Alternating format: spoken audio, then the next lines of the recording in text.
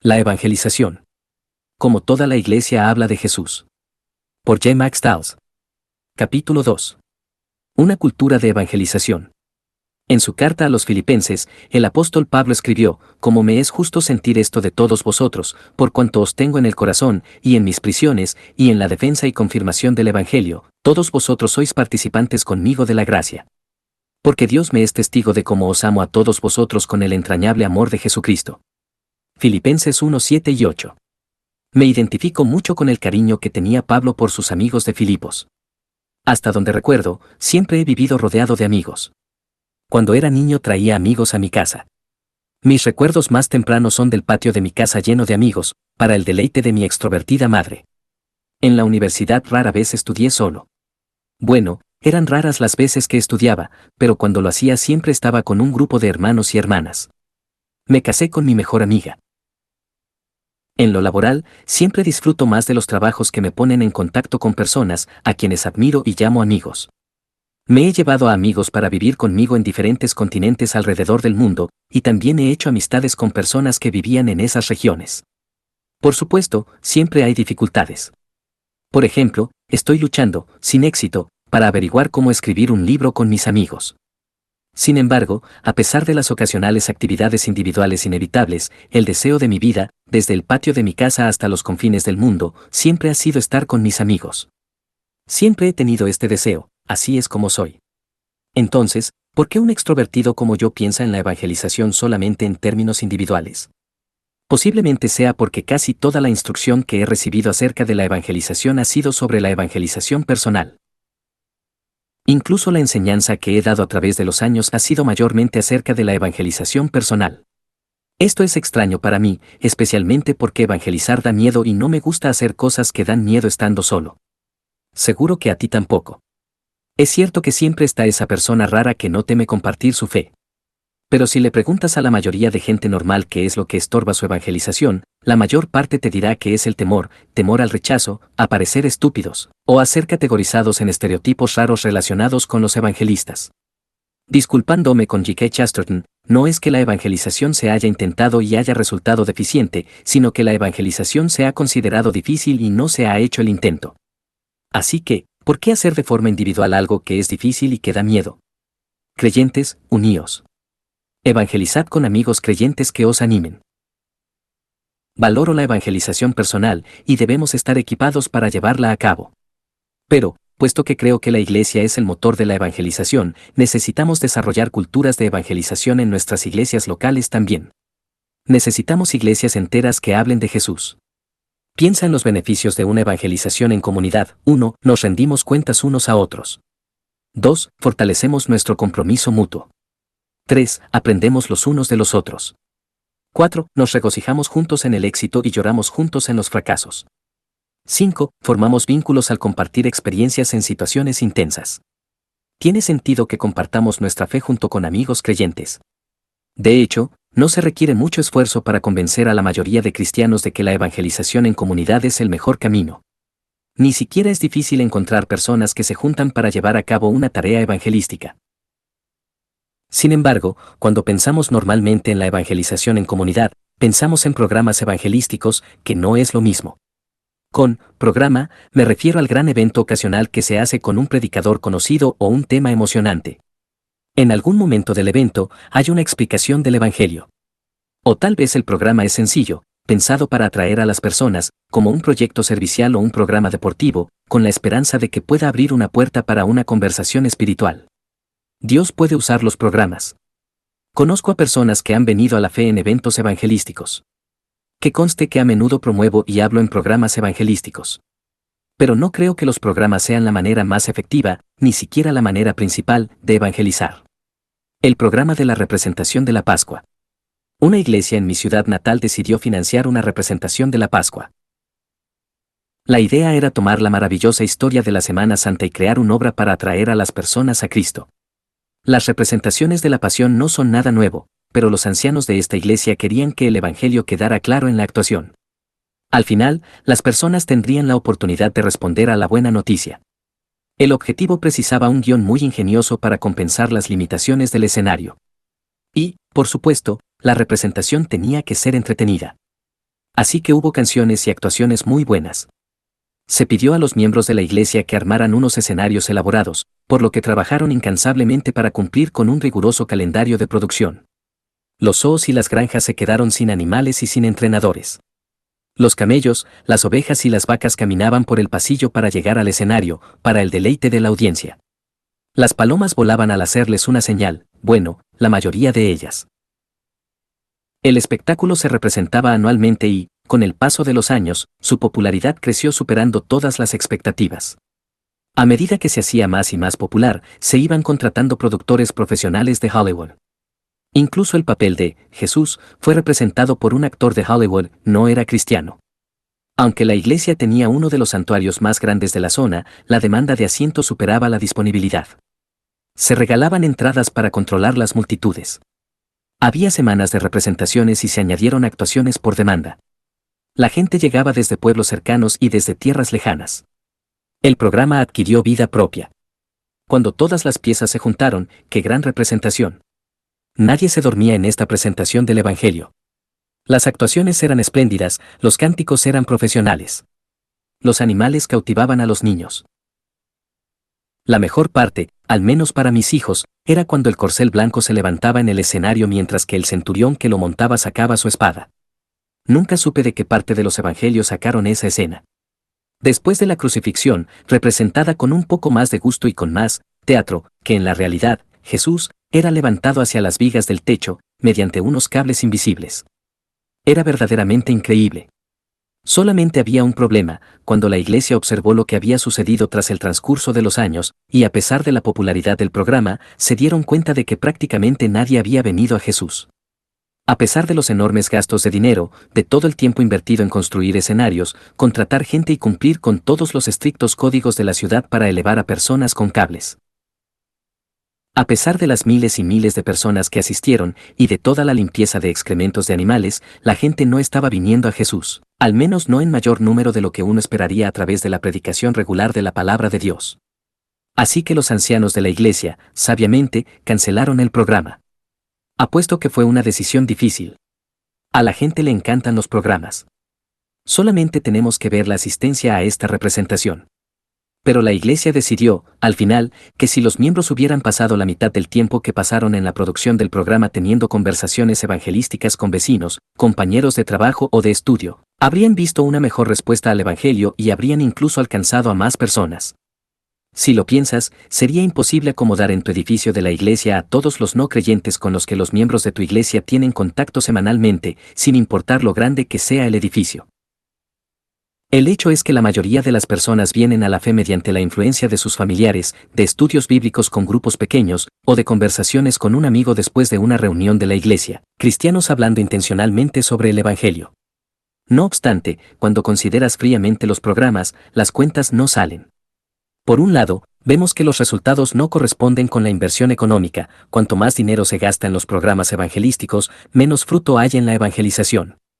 Por ejemplo, cuando se les preguntó a personas menores de 21 años, edad en la que la mayoría de personas vienen a la fe, cómo habían nacido de nuevo, solamente 1% dijeron que fue a través de la TV u otros medios, mientras que un tremendo 43% dijo que llegaron a la fe a través de un amigo o un miembro de su familia. Solo piensa en la diferencia de costo entre una taza de café y un programa de TV. O piensa en el efecto, las mamás llevan a más gente a Cristo que los programas. De forma extraña, parece que los programas de evangelización consiguen otras cosas diferentes, producen un sentimiento de comunidad entre los cristianos que participan en ellos, animan a los creyentes a defender su fe en Cristo y pueden hacer que las iglesias lleguen a otros lugares de ministerio. Sin embargo, parece que tenemos un deseo insaciable de que los programas logren el objetivo de la evangelización. ¿Por qué? Los programas son como el azúcar. El azúcar sabe bien, hasta puede llegar a ser adictiva. Sin embargo, nos quita el deseo de comida más saludable. Aunque provee un incremento rápido de energía, con el paso del tiempo te hace flácido, y si continúas consumiéndola como una dieta constante te matará. Una dieta estricta de programas evangelísticos produce una evangelización malnutrida. De la misma manera que comer azúcar nos puede hacer sentir como si hubiésemos comido, cuando no lo hemos hecho, los programas nos pueden hacer sentir que hemos evangelizado, cuando no ha sido así. Por tanto, deberíamos tener una inquietud sana con los programas. Deberíamos usarlos estratégicamente, pero con moderación, recordando que Dios no envió un evento, sino que envió a su Hijo. Entonces, ¿qué deberíamos hacer? Queremos evangelizar en comunidad. Anhelamos tener amigos a nuestro lado cuando compartimos nuestra fe. Pero, al mismo tiempo, vemos las limitaciones, incluso los peligros, de los programas. ¿Hay alguna alternativa? Me gustaría argumentar a favor de algo completamente diferente, algo que es comunitario pero también personal, una cultura de evangelización. ¿Qué es una cultura de evangelización? He vivido en zonas multiculturales durante buena parte de mi vida y, si algo he aprendido, es que es imposible entender una cultura, cualquier cultura, simplemente leyendo un libro. Lo mismo sucede al dar definiciones e instrucciones acerca de una cultura de evangelización. Cualquier explicación al respecto se queda corta sin las experiencias de la vida real, que son las que le dan sentido. Ciertamente, una cultura tiene que ver con ideas compartidas, un idioma compartido y un entendimiento compartido de cómo actuar. Hay muchas expresiones de cultura, tan amplias como la cultura china y tan pequeñas como una cultura familiar. La cultura es a menudo invisible, especialmente para aquellos que están en ella. De forma similar, una cultura de evangelización en las iglesias implica ideas bíblicas comunes, un lenguaje bíblico y unas acciones bíblicas compartidas. Esta cultura, también, es a menudo invisible para aquellos que están en ella. Pero cuando hablo con líderes de iglesias alrededor del mundo y les digo que anhelo ver una cultura de evangelización, no necesito dar una definición. Me entienden intuitivamente, anhelan lo mismo.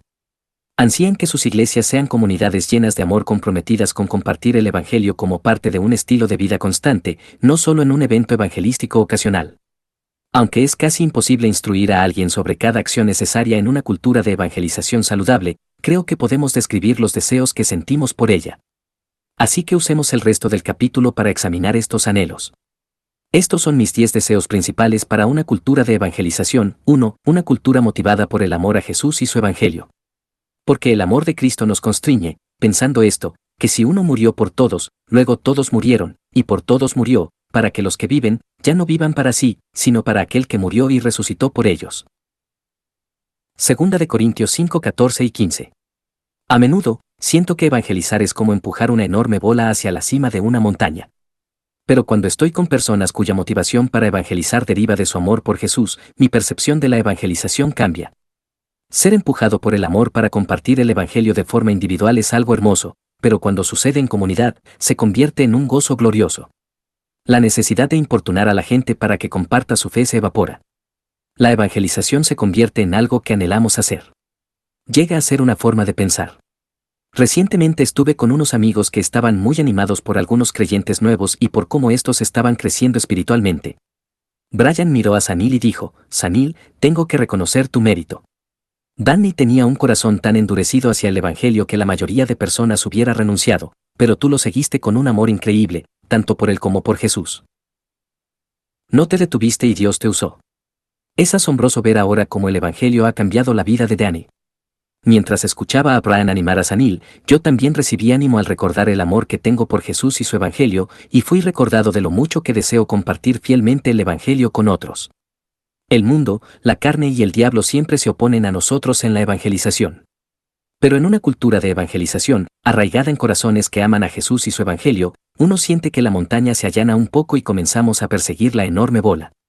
2. Una cultura que confía en el Evangelio. Porque no me avergüenzo del Evangelio, porque es poder de Dios para salvación. Romanos 1:16. Me pregunto, cuando perdieron su confianza en el Evangelio, meditó mi amigo británico. Yo no estaba acostumbrado a usar este tipo de lenguaje.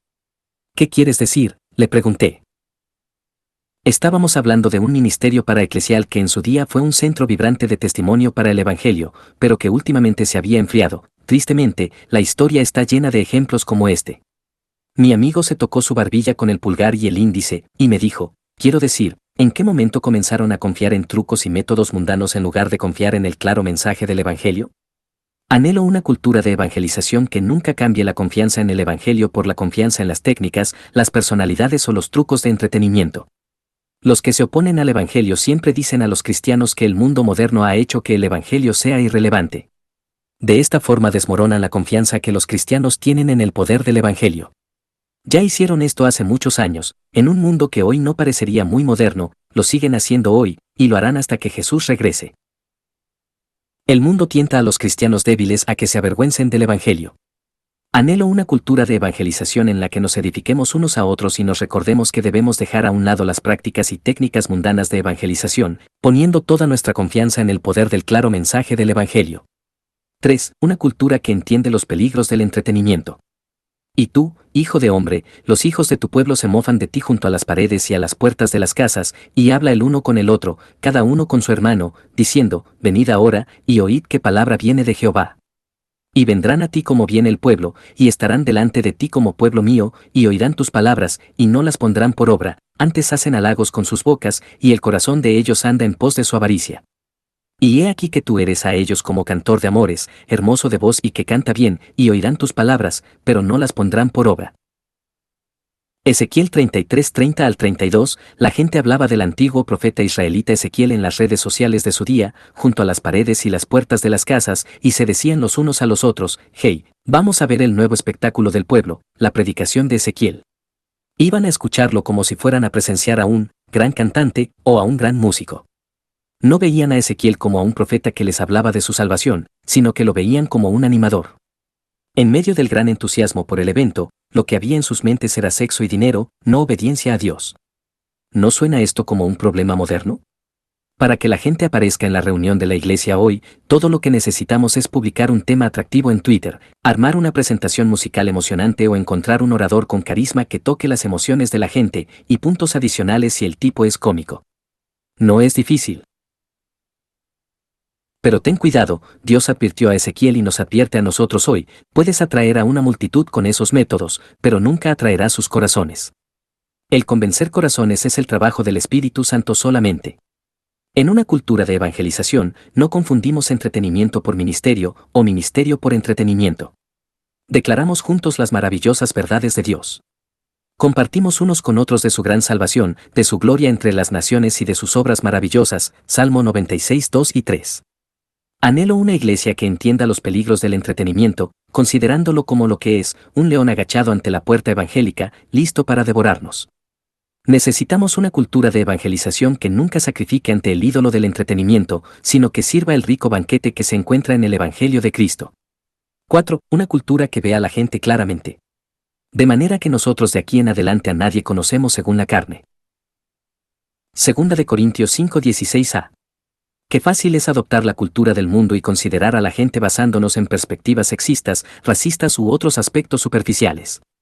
Tendemos a olvidar que las personas a nuestro alrededor son personas de carne y hueso, con heridas, sueños, luchas y sentimientos reales.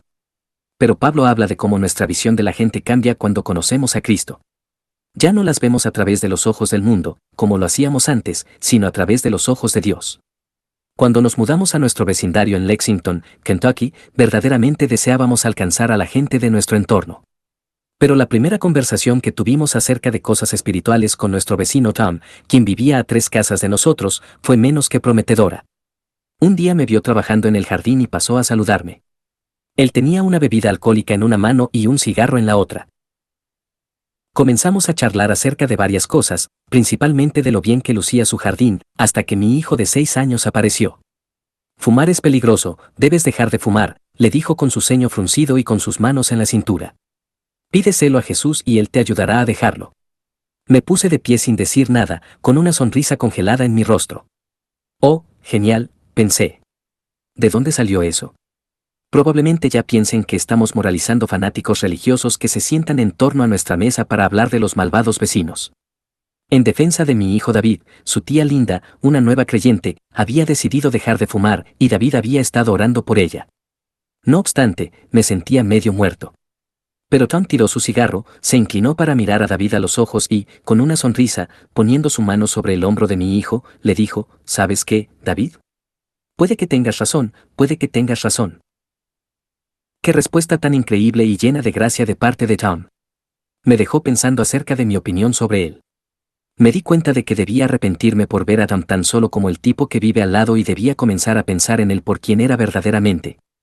La presentación de David pudo haber sido ruda, pero fue mejor que mi falta de acción, y además nos llevó a una relación con Tom que no sé cómo se habría producido si no hubiese empezado a ver a Tom como una persona de verdad. Cuando Pablo dice que deberíamos ver a la gente a través de los ojos de Cristo, lo que quiere decir es que veamos a los demás a través del Evangelio. Así nosotros vemos a las personas como hermosas, valiosas criaturas hechas a la imagen de Dios. Cada uno de nosotros lleva la marca de Dios. Es por ello que los cristianos creemos que todas las personas tienen dignidad, honor y valor. Al mismo tiempo, reconocemos que todas las personas han caído, son pecadoras y están separadas de Dios. Todos hemos torcido la imagen de Dios en nosotros, convirtiéndola en cosas horrendas. Es por ello que los cristianos no idealizamos a la gente tampoco. Pero en una cultura de evangelización, la mayoría de nosotros tiene presente lo que la gente puede llegar a ser, nuevas criaturas en Cristo, renovadas y restauradas por el poder transformador de Dios. 2 Corintios 5:17. Anhelo estar con cristianos que recuerden que las personas son portadoras de la imagen de Dios. Pero, por encima de todo, anhelo una cultura que recuerde lo que la gente puede llegar a ser a través del Evangelio. 5. Una cultura que trabaja unida en la misma dirección. Doy gracias a mi Dios siempre que me acuerdo de vosotros, siempre en todas mis oraciones rogando con gozo por todos vosotros, por vuestra comunión en el Evangelio, desde el primer día hasta ahora. Filipenses 1:3-5. Pablo le escribió a la iglesia en Filipo, expresando su gratitud hacia ellos por su participación en el ministerio del Evangelio. Esta es una imagen de lo que es una cultura de evangelización. Todos estaban trabajando juntos para el avance del Evangelio. Todos estaban activos en ese proyecto. Cuando era entrenador del equipo de fútbol de mi hijo de 5 años, reuníamos al equipo, los pequeños se veían preciosos, y les preguntaba, bien, cuando el otro equipo tiene el balón, ¿cuál de nuestros jugadores defiende? Entonces gritaban con entusiasmo, todos. Después les preguntaba, ¿y cuando nuestro equipo tiene el balón, quiénes atacan? Todos, respondían. Sin embargo, cuando comenzaba el partido, poner ese concepto en acción resultaba un poco más complicado con los pequeños de 5 años. Así es la evangelización. La meta es la misma, que todos trabajen en la misma dirección juntos. En una cultura de evangelización, existe el entendimiento de que todos están implicados. ¿Alguna vez has escuchado a alguien decir, la evangelización no es mi don, como si eso fuese una excusa para no compartir su fe? Este entendimiento de la evangelización es inmaduro. Todos los cristianos son llamados a compartir su fe, como un acto de fidelidad, no como un don. Mt. 28 horas y 19 minutos. Anhelo compartir mi fe en el contexto de una iglesia que entiende lo que estoy haciendo y que empuja hacia adelante junto a mí. En tal cultura, cuando traigo a un amigo a la iglesia, nadie supone que mi amigo es cristiano. No se sorprenden cuando les presento a alguien diciendo, él es Roberto y está explorando qué es el cristianismo. Y no solamente no se sorprenden, sino que responden con palabras como, me alegra que estés aquí. Estaba en tu situación hace un par de años, y me encantaría conversar contigo. Dime, ¿qué piensas del cristianismo? Anhelo una cultura en la cual todos estemos trabajando juntos hacia el objetivo de ser testigos de Cristo. 6. Una cultura en la que las personas se enseñan unas a otras. Estad siempre preparados para presentar defensa con mansedumbre y reverencia ante todo el que os demande razón de la esperanza que hay en vosotros. Primera de Pedro 3:15b. Retén la forma de las sanas palabras que de mí oíste, en la fe y amor que es en Cristo Jesús. Segunda de Timoteo 1:13. Pedro nos instruye a estar listos para compartir las razones y las respuestas de la esperanza que está en nosotros. Para poder hacer esto necesitamos un entrenamiento serio, que después ponemos en práctica. Por esta razón Pablo le recuerda a Timoteo que siga todo aquello que le enseñaron. Felizmente cambiaría todo el dinamismo de impactantes oradores, la música impresionante y los dramas populares de Pascua por una cultura de evangelización en la cual la gente es entrenada para dirigir un estudio bíblico con un no creyente en el Evangelio según Marcos, apuntar al mensaje del Evangelio a partir del texto e instar al no creyente a venir a Jesús basado en la verdad de lo que ha aprendido en las Escrituras. En una cultura de evangelización los miembros enseñan mutuamente lo que aprendimos en el capítulo anterior, que es la evangelización, que es el Evangelio y que es la verdadera conversión bíblica. También nos enseñamos unos a otros cómo compartir el mensaje del Evangelio. Después volvemos a repetir el proceso, teniendo en cuenta que tendemos a atascarnos en el asunto. En una cultura de evangelización, las personas enseñan cuidadosamente unas a otras cómo compartir su fe de una manera bíblica. 7. Una cultura en la que se da ejemplo en la evangelización. Lo que has oído de mí ante muchos testigos, esto encarga a hombres fieles que sean idóneos para enseñar también a otros. Segunda de Timoteo 2:2. Lo hermoso de una cultura de evangelización, si se logra llevarla a cabo correctamente, es que los nuevos creyentes tienen la pasión y los contactos que los cristianos más antiguos a menudo no tienen. Sin embargo, los cristianos que llevan más tiempo en la fe tienen la sabiduría y el conocimiento que los creyentes más jóvenes necesitan. Mientras estoy escribiendo esto, mi esposa está sentada en el sofá preparándose para reunirse con Ruth y Samantha esta tarde. Leen las está guiando a través de Christianity Explained. Ruth es una creyente nueva, está entusiasmada con su fe y comparte el Evangelio. Ruth y Samantha trabajan juntas y tienen mucho en común ya que son de la misma ciudad de Sri Lanka. El padre de Samantha es budista, su mamá profesa el catolicismo romano y su esposo es musulmán. Esto es común en Dubái. Cuando Ruth le contó a Samantha sobre su fe cristiana, Samantha le dijo que quería saber más. Ruth sabe perfectamente que su vida ha sido redimida por Jesús, pero cuando tiene que explicar su fe, necesita un poco de ayuda, especialmente con una persona con el trasfondo de Samantha. Por tanto, Ruth, sabiamente, trajo a Samantha para reunirse con Leen. Leen, por el contrario, es una evangelista con una gran riqueza de conocimiento y entendimiento, pero su círculo de amigos, en su mayoría, está constituido por cristianos maduros. Leen estaba emocionada por conocer y hablar con Samantha. Y Samantha necesita a Jesús. Ellas tres son un gran ejemplo de lo que sucede en una cultura de evangelización. Leen toma la iniciativa explicando el Evangelio y Ruth aprende cómo compartir su fe al participar en el estudio mientras cultiva su amistad con Samantha. Y, si el Señor quiere, Samantha escuchará y responderá al increíble mensaje de que Cristo salva a los pecadores. En una cultura de evangelización, la gente sirve de ejemplo para otros al evangelizar. 8. Una cultura en la cual se celebra a quienes comparten su fe.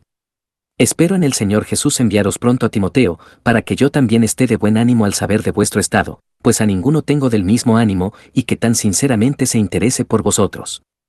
Porque todos buscan lo suyo propio, no lo que es de Cristo Jesús. Pero ya conocéis los méritos de Él, que como hijo a padre ha servido conmigo en el Evangelio. Filipenses 2:19-22. Me encanta cómo Pablo honra a Timoteo por su trabajo en el Evangelio. De una forma similar, John, quien es pastor en otra iglesia de nuestra ciudad, normalmente comienza el tiempo de comunión preguntando quienes desean compartir las oportunidades que tuvieron de hablar de Jesús durante la semana. Después de los testimonios, pide que se ore por esas personas. Esta práctica de celebrar los esfuerzos evangelísticos es simple y no requiere mucho tiempo, pero es tremendamente importante en el desarrollo de una cultura de evangelización. No hay nada más desalentador que sentir que una iglesia está más interesada en agrandar la sala de la guardería que en compartir la fe. Ansío estar en una iglesia donde se celebran aún los intentos de evangelizar. Incluso si un esfuerzo evangelístico no llega a una conversación acerca del Evangelio, el fracaso evangelístico es mejor que no intentar evangelizar en absoluto. 9. Una cultura que sabe cómo afirmar y celebrar la nueva vida. Siempre orando por vosotros, damos gracias a Dios, Padre de nuestro Señor Jesucristo, habiendo oído de vuestra fe en Cristo Jesús y del amor que tenéis a todos los santos, como lo habéis aprendido de Epafras, nuestro consiervo amado, que es un fiel ministro de Cristo para vosotros. Colosenses 1, 3, 4 y 7. Pablo sabía cómo confirmar a los nuevos creyentes. Celebraba su conversión, pero mantenía su enfoque, y el de ellos, en Cristo. Pablo no elevaba a estos nuevos creyentes inapropiadamente, pero tampoco los ignoraba. Una cultura de evangelización celebra la nueva vida en Cristo de una manera adecuada. Después de una serie de reuniones personales y estudios bíblicos con Mark Dever, Rob rechazó su antigua fe atea y le dijo a Mark que se había convertido al cristianismo. Mark le dijo, bueno, Rob, dime qué quieres decir con esto. Rob explicó el Evangelio y relató cómo se había arrepentido de su vida de incredulidad y cómo había puesto su confianza plena en Cristo. Luego Mark le dijo, hermano, por lo que me dijiste, estoy de acuerdo contigo, ya eres cristiano. Oremos. Después de orar, Mark dijo, debes entender que la marca de una conversión genuina no es una oración, sino un caminar con Jesús a largo plazo. Así que, aunque creo que viniste a Cristo, veremos qué sucede con el paso del tiempo. La respuesta de Mark es un ejemplo de lo que yo llamo la respuesta, aleluya, y, ya veremos. Decimos, aleluya, porque la verdadera conversión es lo mejor que le puede suceder a una persona. Decimos, ya veremos, porque sabemos que existen falsas conversiones, aun cuando no sean intencionadas. La prueba más importante tiene tres componentes: un buen entendimiento del Evangelio, una vida transformada y un caminar con Cristo a largo plazo. Mark no dejó la conversión de Rob en secreto, pero tampoco le elevó instantáneamente como si fuera una celebridad. En su bautismo, Rob compartió, apropiadamente, cómo había llegado a la fe. Pero vendrían pruebas, y la manera en la cual Rob lidiaría con ellas era más importante que cualquier historia de conversión. En una cultura de evangelización, los cristianos saben cómo responder a quienes han venido a la fe recientemente. 10. Una cultura que tiene un ministerio que se siente arriesgado y peligroso. Quiero que sepáis, hermanos, que las cosas que me han sucedido han redundado más bien para el progreso del Evangelio, de tal manera que mis prisiones se han hecho patentes en Cristo en todo el pretorio y a todos los demás. Filipenses 1, 12 y 13. El ministerio de Pablo fue tan arriesgado que lo metieron en la cárcel. Igualmente, vivo en una parte del mundo donde conozco personas que han ido a prisión por vivir vidas fieles a Cristo. Como vemos en 2 de Corintios 10:5, Pablo veía la vida cristiana como una guerra contra los pensamientos que se oponen a Dios, derribando argumentos y toda altivez que se levanta contra el conocimiento de Dios, y llevando cautivo todo pensamiento a la obediencia a Cristo. Esto es arriesgado. Al mundo no le gusta encontrar oposición contra sus pensamientos. ¿Estamos dispuestos a llamar a las personas para una evangelización arriesgada? Anhelo una cultura de evangelización que se arriesgue en el sentido de confrontar a la cultura. Esto significa principalmente no dar importancia a lo que la gente piense de nosotros. La Door of Hope Church en Portland, Oregón, está alcanzando a los hipsters con grandes resultados. El liderazgo de la iglesia decidió incluso trasladar su reunión dominical de la tarde a un parque cercano. Era la reunión normal, solo que era al aire libre. Enfrentaron burlas, críticas y hasta una mujer se descubrió la parte superior de su cuerpo intentando impactar a la congregación. Pero otros, que vieron la bondad y el amor en la iglesia, se unieron a ellos. Otros toman diferentes tipos de riesgos. Mi amiga Joana dice, ni siquiera sé cómo dar un estudio bíblico sin algunos musulmanes en el grupo. Todos deberíamos pensar en maneras de correr riesgos en nuestros propios contextos. Algo gracioso sucede cuando asumimos riesgos, llegamos a ser peligrosos, me refiero a la esfera espiritual, para aquellos que tienen sus mentes en contra de Dios. En Filipenses, Pablo dice que el Evangelio había llegado a ser conocido entre la Guardia Imperial, Filipenses 1:13. Y cuando envía saludos, al final de la carta, escribe, todos los santos os saludan, y especialmente los de la casa de César, versículo 4:22. Está claro que Pablo había visto a algunos de sus guardias venir a la fe. Pablo arriesgó, y su vida de riesgo por el Evangelio trazó un camino hacia la cárcel. Sin embargo, siempre me ha gustado la observación de que Pablo no estaba encadenado a un guardia, sino que el guardia estaba encadenado a Pablo. Anhelo una iglesia donde los ateos y los no creyentes del vecindario ven a los ateos y a los no creyentes venir a la fe, siendo esto un indicador de que estamos formando parte de una cultura de evangelización que corre riesgos. 11. Una cultura que entiende que la iglesia es el método elegido y el mejor para evangelizar. Y perseverando unánimes cada día en el templo, y partiendo el pan en las casas, comían juntos con alegría y sencillez de corazón, alabando a Dios, y teniendo favor con todo el pueblo. Y el Señor añadía cada día a la iglesia los que habían de ser salvos. Hechos 2:46 y 47. De acuerdo, sé que dije que eran 10 cosas. Pero hay una más, una que fluye implícita en todas las demás. Anhelo ver una iglesia que entiende que la iglesia local es el método escogido y el mejor para evangelizar. Anhelo ver una iglesia donde los cristianos están tan llenos de amor por Jesús que cuando se reúnen para su tiempo regular de adoración, llegan a ser una imagen del Evangelio. Anhelo una iglesia que impacta con su amor, no con entretenimiento, y que vive una confianza contracultural en el poder del Evangelio. Anhelo una iglesia donde las mayores celebraciones se centran en aquellos que comparten su fe y donde los héroes son aquellos que arriesgan su reputación para evangelizar. Anhelo una cultura de evangelización en la que los hermanos y las hermanas están hombro a hombro conmigo en la batalla, donde se me enseña y enseño lo que significa compartir nuestra fe, y donde veo a los líderes de la iglesia guiando personas a Jesús. Quiero una iglesia en la que puedas señalar vidas transformadas, donde puedas ver personas que se levantan y dicen, cuando vine a esta iglesia hace 2 años, no conocía a Dios, pero ahora sí. Anhelo ser parte de una cultura de evangelización así. Apuesto que tú también. Ya mencioné antes que no creo que los programas sean la mejor, y ni siquiera la principal, manera de evangelizar. Lo que sí creo es que la mejor forma de alcanzar a otros se da en una cultura de evangelización dentro de una iglesia sana. Este tema es demasiado amplio como para incluirlo en los 10 puntos que tratamos en este capítulo. El papel de la iglesia y la forma de evangelizar es el tema de nuestro siguiente capítulo.